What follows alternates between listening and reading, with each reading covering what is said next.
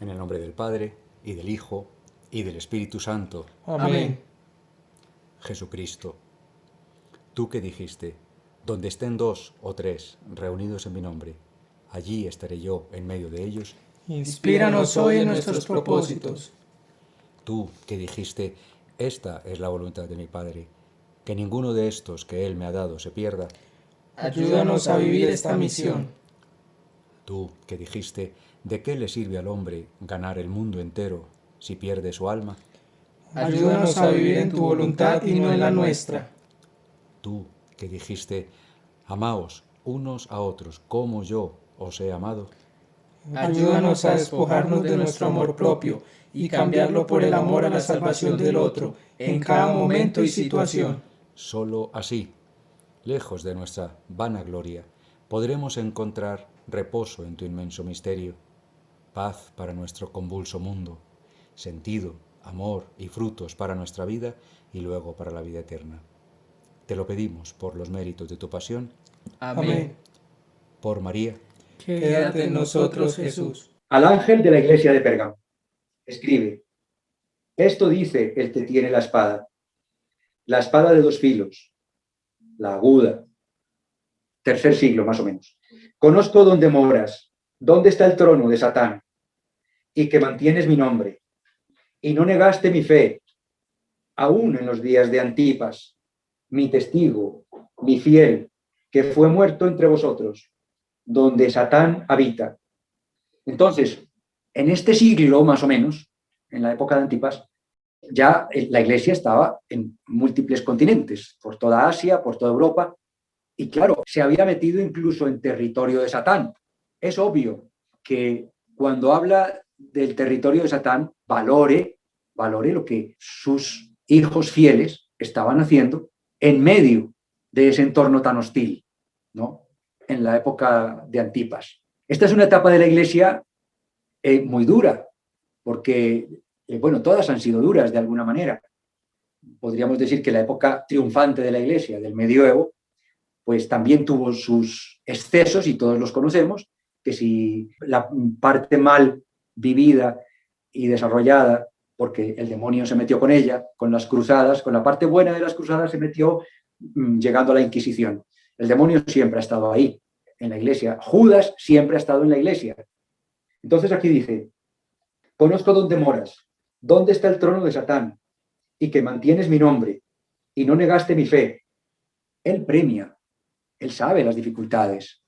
Si estamos en territorio de Satán, y muchos de nosotros lo hemos estado, si estamos en territorio de Satán y no negamos su nombre, eso Dios lo compensa, pero mucho. Si nos arrugamos y nos adaptamos, porque estamos en un entorno que no, tampoco hay que ser radical, no, tampoco hay que ser no sé qué, también se aplica al hoy, claro que se aplica al hoy. ¿Cuántas veces no estamos nosotros en territorio de Satán? Con criterios profesionales, con criterios de la sociedad, en lo bien visto, no, tú también tienes derecho, no, tal cosa, tal otra. ¿Cuántas veces no estamos en territorio de Satán? Y él dice: y no negaste mi fe. Pidamos que diga eso de nosotros. Ojalá lo diga de nosotros. Que no tengamos ni respetos humanos, ni miedos, ni nada, y que no neguemos su nombre. Quizá no nos toque, o puede que sí, yo no lo sé, la persecución hasta dónde vaya a llegar y cuando sea. Pero fíjate que estando en territorio de Satán, Cristo tiene, Dios es Dios, lo sabe todo, lo sabe todo, lo sabe todo, lo sabe todo. Como digo yo, si le pidiéramos los 7.500 millones de habitantes del planeta hoy, le pidiéramos cita, nos daría una cita en plenitud a la vez a todos. Y sentiríamos la atención única a nosotros, porque es Dios. Pues esto es igual, lo sabe todo. Si estamos en territorio de Satán y somos capaces de defender su nombre, de defender lo que se llama la verdad, que es el plan de salvación de las almas, por la que él tanto luchó y vino y todo, y resucitó. Fíjate lo que dice aquí: conozco dónde moras, dónde está el trono de Satán, y que mantienes mi nombre. Eso lo valora mucho, que mantienes mi nombre. Y no negaste mi fe, aún en los días de Antipas, mi testigo, mi fiel, que fue muerto entre vosotros donde Satán habita. Pero, ahí viene el pero, tengo algo contra ti, que toleras ahí a quienes siguen la doctrina de Balaam, que enseñaba a Balac a poner tropiezos delante de los hijos de Israel, a comer de los sacrificios de los ídolos y a fornicar. Así también toleras tú a quienes siguen de igual modo la doctrina de los nicolaitas. Es duro. Esto ojalá lo llevéis a la oración, el párrafo que acabo de leer, porque, insisto, eso se dio para esa época, por supuesto, se dio para esa época de la Iglesia, pero como hablábamos antes, transversalmente, y como él nos advierte y dice, aunque le estoy escribiendo a las iglesias, es que tenga oídos que oiga, nos está hablando a nosotros. Eso hacemos nosotros. Lo que tanto decimos en los misioneros, a veces pasar el límite y tener caridad para el mal. Y tenemos tantos a nuestro entorno, por eso nos mandó a trabajar a través de una plataforma online que vamos poco a poco para entrar en nuestra iglesia. No nos está mandando por allá a los ateos de no sé dónde, no. Dentro de nuestra iglesia es donde está la confusión. Toleramos. No se trata de ir con el crucifijo dando en la cabeza y rompiendo cráneos, no. Pero se trata de ir con el amor de Cristo, que él dijo, no he venido a buscar a justos, o sea, a santos, sino a pecadores, comprendiendo, como decimos en los misioneros, en nombre de Jesucristo, no en nuestro nombre, porque nosotros a veces hay cosas que no las comprendemos, pero Jesucristo sí las comprende y él nos ayuda. Comprendiendo en nombre de Jesucristo, consolando en nombre de Jesucristo y acompañando en nombre de Jesucristo. Eso es lo que él quiere, que nosotros comprendamos, pero que consolemos, dándole otras alternativas a sus elecciones equivocadas. No tolerando nosotros, no hay que tolerar, no hay que tener caridad para el mal. Y ahí nos equivocamos mucho, porque los afectos, el corazón, lo maneja muy bien el enemigo. El corazón, si se lo damos al Inmaculado Corazón de María para que se lo suba al Sagrado Corazón de Jesús y nos lo purifique y nos devuelva todos esos sentimientos alocados, irracionales, ordenados en función de su voluntad, muy bien, pero si no, nos juega muchas malas pasadas, porque por amor dejamos pasar cosas en nuestra familia, en nuestros amigos, en nuestros vecinos, en nuestros compañeros de trabajo, que pudiendo darles con amor lo que Dios piensa de eso, no se lo damos. Y eso Dios no lo va a reclamar.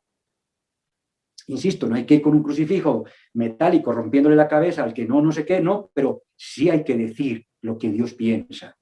Oye, eso para Dios está mal. Y Dios te ama, tranquila, tranquilo, ¿te va a dar con qué? Tú vacíate de ti misma o de ti mismo, que Él te va a dar con qué y cómo cumplir su voluntad. Pero no creas que porque te sientes incapaz o que porque te dicen otros que eso está bien y mientras haya amor, tranquilo, y mientras no sé qué, tranquilo, y el otro tranquilo, y la otra tranquila, y todos tranquilos, y nosotros tolerando porque es mi primo, es mi hermano, es mi hijo, es mi padre, es mi tal, es mi cual. No, Dios no quiere eso. Dios quiere que primero oremos y ofrezcamos, y después con mucho amor y comprensión nos acerquemos a llevarle las alternativas que Dios tiene para él o para ella. Esta tolerancia de la que habla aquí es uno de los problemas más graves que tenemos hoy. Fijaros que Pérgamo viene de pergamino, que es cuando ya se acabaron de fijar por escrito todas las enseñanzas de Jesucristo y de la iglesia primitiva a través de los padres de la iglesia, etc. Ahí ya quedaron fijadas.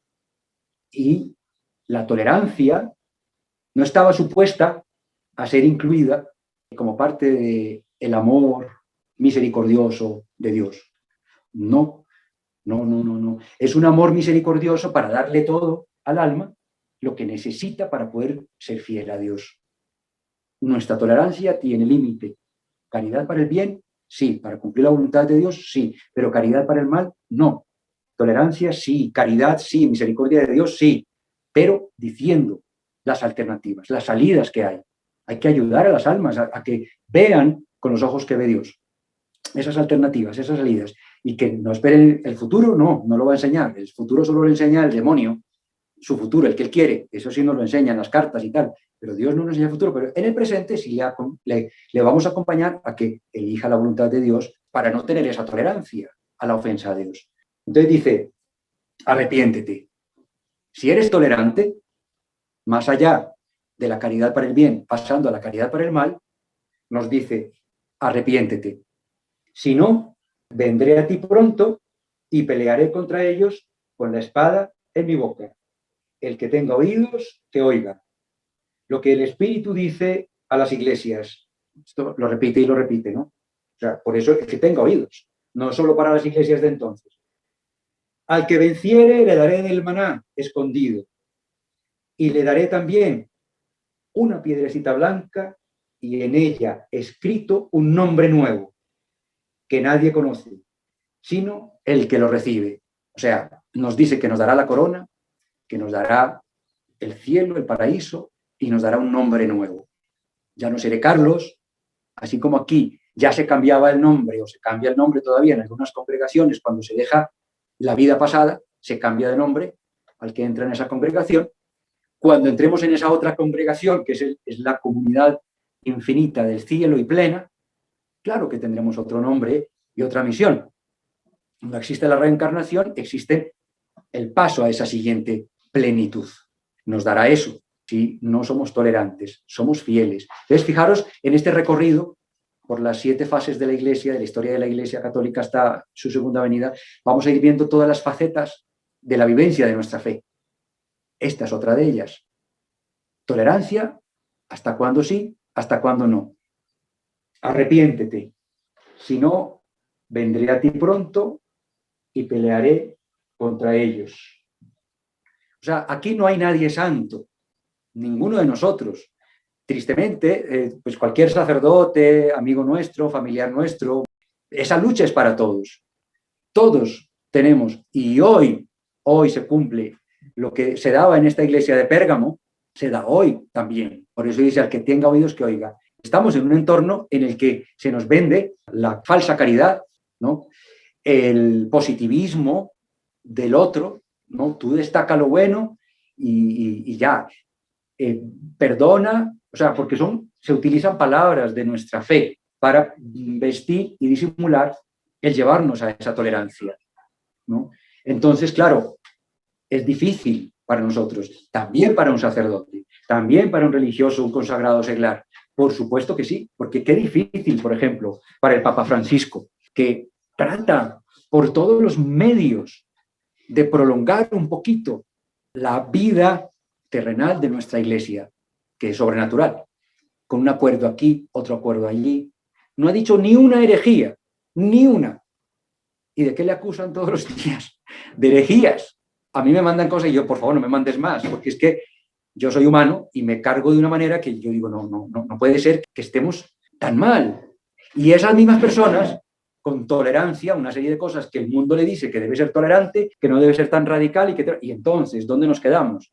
Acusamos al Papa de no sé qué y resulta que soy demasiado tolerante aquí. Tenemos un caos ahora mismo, una facilidad para el caos, porque el mundo nos dice unas cosas, todas vestidas de bien, de ciencia, de humanismo, porque desde cierta época el teocentrismo se sustituyó por el humanismo.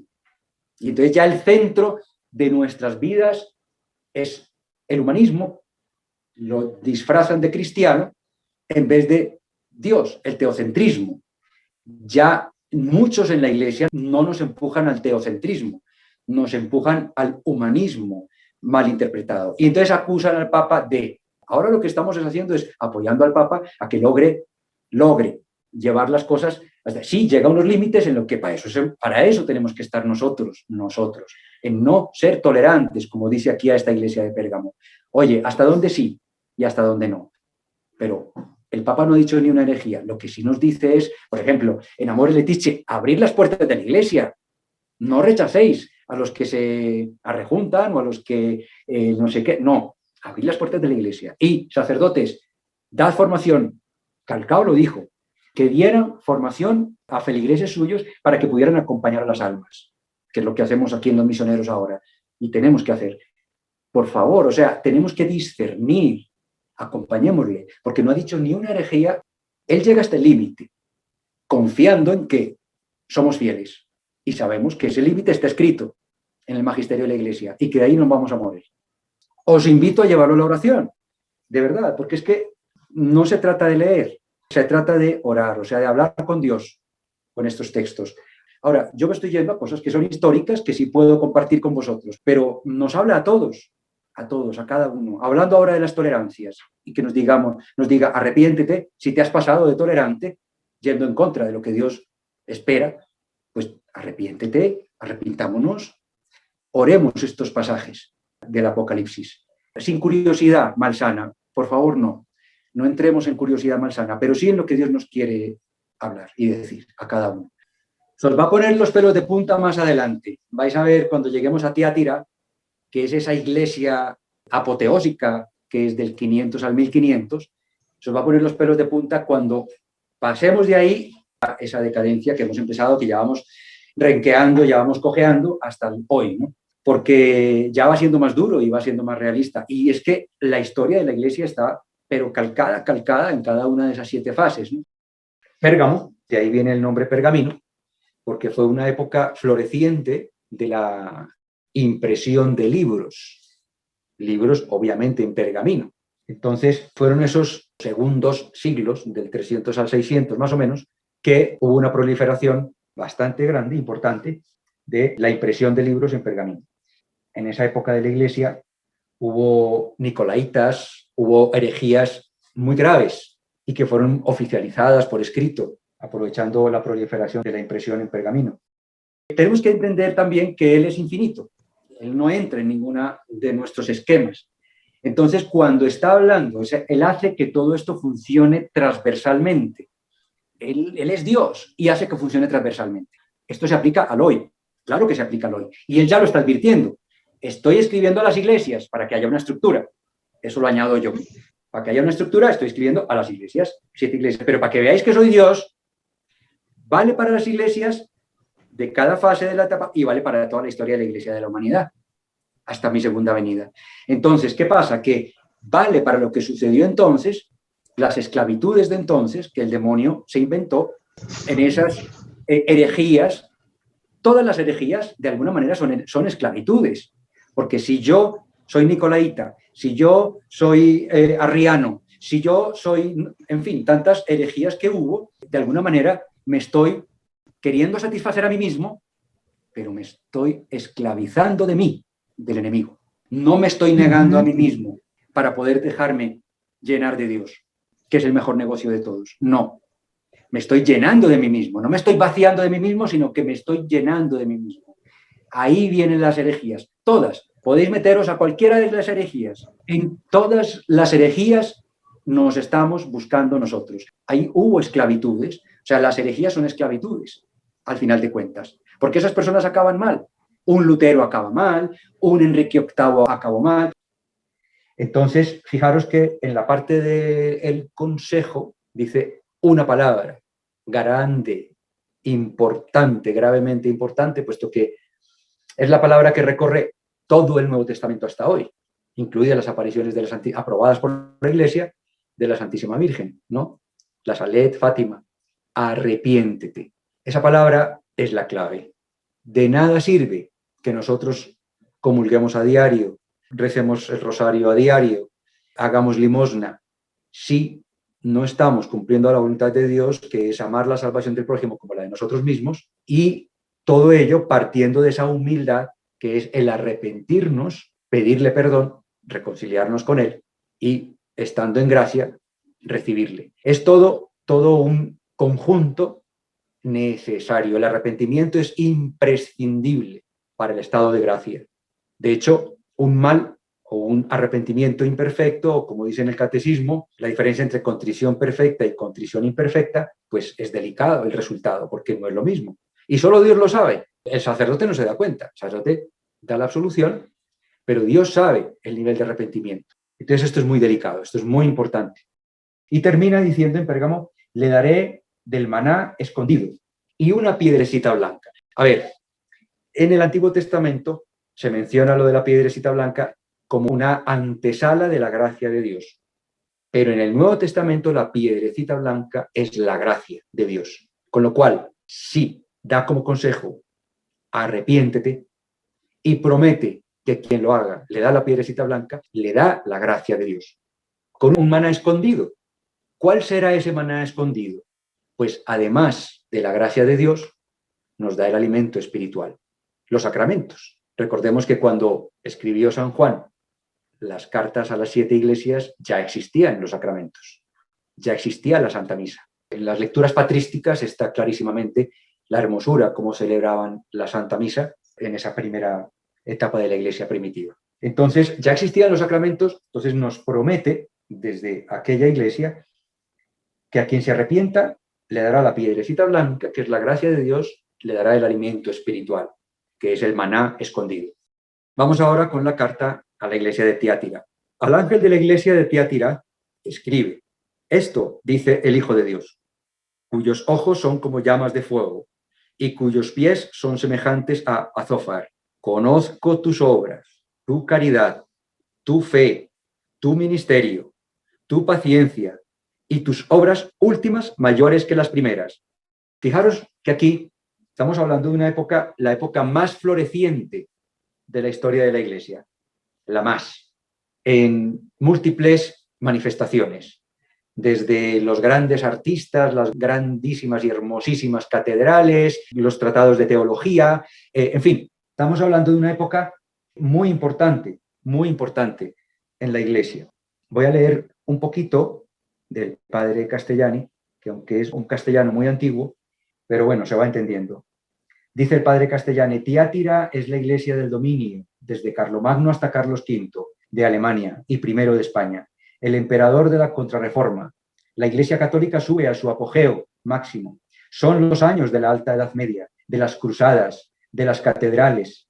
Muy importante esto, de la Suma Teológica, de la Divina Comedia, de la Reconquista de España, de los grandes descubrimientos y conquistas, de la reunión de la tierra de Dios.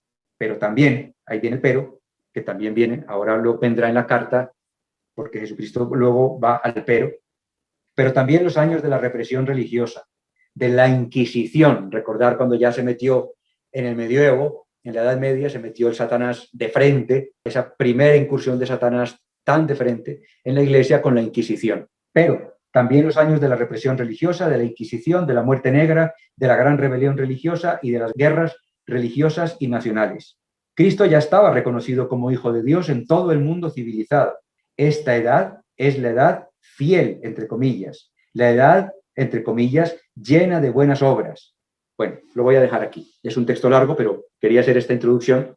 Vemos con claridad cómo a lo largo de toda la historia de la Iglesia siempre estará el trigo y la cizaña, que fue el que dijo Jesucristo: dejad, o sea, no se puede arrancar a toda hora la cizaña, porque entonces si eliminamos, matamos a todos los pecadores, acabamos matándonos todos. Por eso no se puede matar al que hace actos malos, ¿no? Y que está en contra de Dios, de la Iglesia, etc. No, la cizaña hay que corregirla con paciencia, con el amor con que Jesucristo nos enseñó. Como nosotros los misioneros y los orientadores, aunque no sean misioneros, pero que están formados con nosotros, saben que debemos comprender siempre el nombre de Jesucristo, aunque nosotros humanamente, yo como Carlos, tú como Ángela o tú como Andrés, no comprendamos humanamente. Pues debemos comprender el nombre de Jesucristo. Al comprenderle, descubre su fe en Dios a través nuestro. Segundo, debemos consolar en nombre de Jesucristo, dándole alternativas para que vea la luz al final del túnel. En el consuelo, descubre la esperanza. Y finalmente, acompañar.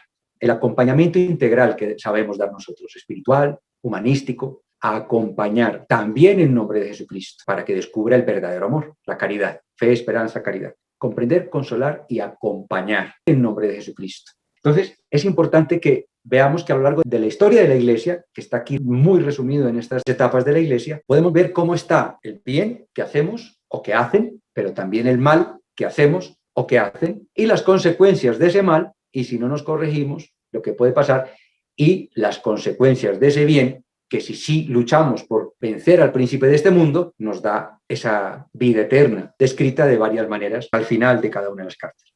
O sea, fijaros que es que la Suma Teológica viene de esta época, y mira todo lo que se hizo bien. Conozco tus obras, tu caridad, tu fe, tu ministerio, tu paciencia, tus obras últimas, mayores que las primeras, porque hacia el final de esta época, casi acercándose al 1500, hacia el final, ya habíamos llegado al apogeo de nuestra Iglesia Católica. Por eso dice, y tus obras últimas, mayores que las primeras, que las del 600 y pico, 700, 800, mayores, por supuesto. Pero tengo contra ti que permites a Jezabel, recordemos que ya para esta época, 1500 y pico, ya comienza la reforma, Lutero, Calvino, el rey Enrique VIII, etcétera. Bueno, ahí también empezó. Entonces, la Iglesia Católica llegó a lo mejor de todas sus 7 etapas, pero también empezaron los problemas más grandes. Recordemos esa frase que hay por ahí, muy popular: el que no sale, no se moja. Cuando llueve, claro. Claro, si está uno encerrado, pues no se mete ningún problema, pero uno sale, cuando está lloviendo, pues se moja. Entonces, la Iglesia empezó con una expansión tan grande en toda esta época del 600 al 1500, tan grande que, claro, en tanta expansión, pues el demonio se revolcó e hizo de todo. Metió la Inquisición, la Reforma Protestante. Dice: pero tengo contra ti que permites a Jezabel, esa que a sí misma se dice profetiza, enseñar y extraviar a mis siervos. O sea, le reclama a la Iglesia. Permitimos a esa misma que se dice profetiza, le permitimos enseñar y le permitimos extraviar a los siervos, hasta hacerlos fornicar y comer de los sacrificios de los ídolos. Claro, si ya incluso se permitía el separarse, arrepentarse otra vez, todo eso que fue, por ejemplo, lo que hizo el propio Enrique VIII. Bueno, yo le he dado tiempo para que se arrepintiese, pero no quiere arrepentirse. Es fuerte esto, muy fuerte. Yo le he dado tiempo para que se arrepintiese, pero no quiere arrepentirse de su fornicación. Les ha dado tiempo, esperó a que nuestra Iglesia lograra hacerles entrar en razón, y ellos no entraron en razón. O sea, si llegamos hasta la Inquisición, que eso estuvo mal, venía del demonio, pues imaginamos que fue mucho lo que intentó hacer nuestra Iglesia. Está por escrito, además. Fue mucho lo que intentó hacer porque se volvieran a convertir. Pero no fue posible, no quisieron. Y el libre albedrío, pues, está ahí, respetado por Dios. Yo le he dado tiempo para que se arrepintiese, pero no quiere arrepentirse de su fornicación, y voy a arrojarla en cama, y a los que con ella adulteran, en tribulación grande, por si se arrepienten de sus obras. Fijaros la economía divina como es. Si yo pierdo completamente los papeles y acabo haciendo de todo, pues por Dios, rezad por mí para que pase por tribulación, para que purifique, porque puedo morir en pecado mortal y condenarme. Entonces, esta es la economía divina. Dice: voy a arrojarla en cama, y a los que con ella adulteran, en tribulación grande, que es lo que viene ahora también. Estamos ya comenzando a pasar y viene esa gran tribulación que nos servirá de purificación a nuestra Iglesia, que ya también empieza con confusión y con tantas desviaciones. Entonces, en tribulación grande, por si se arrepienten de sus obras.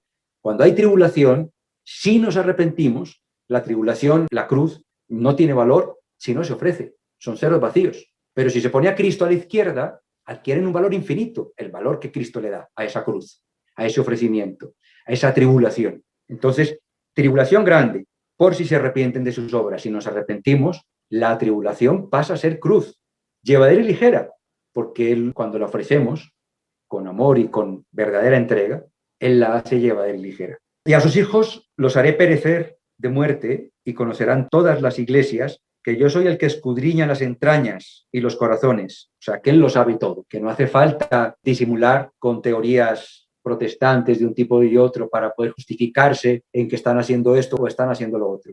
O que porque están haciendo algo que nos puede pasar a nosotros también dentro de nuestra Iglesia Católica. Estamos haciendo algo, entre comillas, aparentemente bueno, pues ya estamos justificados. No. Él escudriña las entrañas y los corazones, y que os daré a cada uno según vuestras obras. Claro, es infinitamente justo. A Dios no le podemos engañar.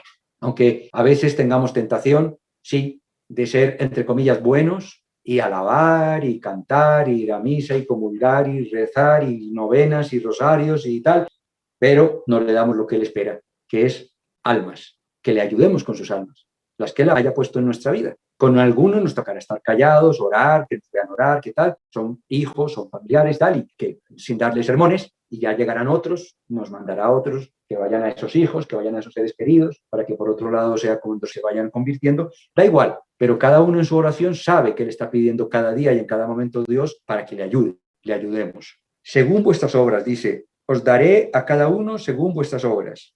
Y a vosotros los demás de Tiatira, los que no seguís semejante doctrina, fijaros cómo la califica, semejante doctrina, más claro, imposible. Y a vosotros, los demás de Tiatira, los que no seguís semejante doctrina y no conocéis las que dicen profundidades de Satán, no arrojaré sobre vosotros otra carga.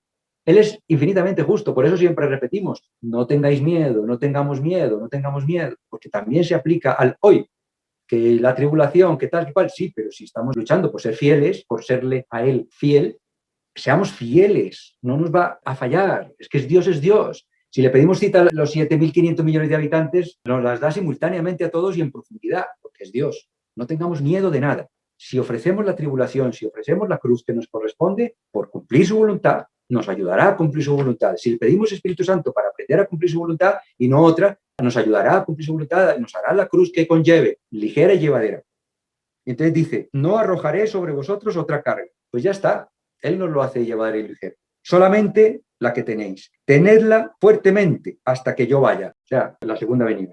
Y al que venciere y al que conservare hasta el fin mis obras, al que conservare mis obras. O sea, tenemos que ser fieles en mantener lo que Él instituyó, punto. La carta para la época de la Iglesia, que va de 600 a 1500, dice, y al que venciere y al que conservare hasta el fin mis obras, o sea, instituyó los sacramentos. Lo que atéis en la tierra quedará atado en el cielo, lo que desatéis en la tierra quedará desatado en el cielo. Tenemos que ser fieles a lo que Él instituyó. Al que conservare hasta el fin mis obras, yo le daré poder sobre las naciones y las apacentará con vara de hierro y serán quebrantados como vasos de barro, como yo lo recibí de mi Padre.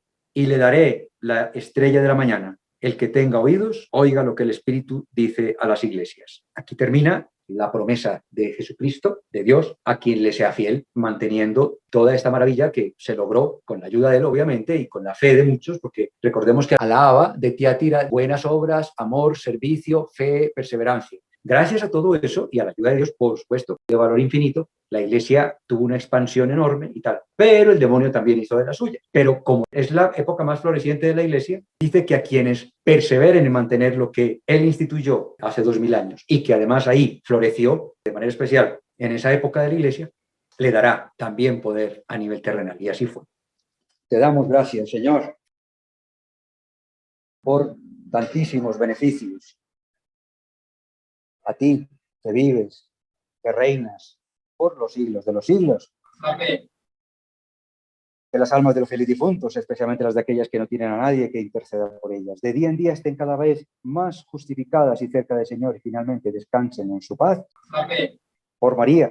En nosotros, Jesús. En nombre del Padre, del Hijo y del Espíritu Santo. Amén.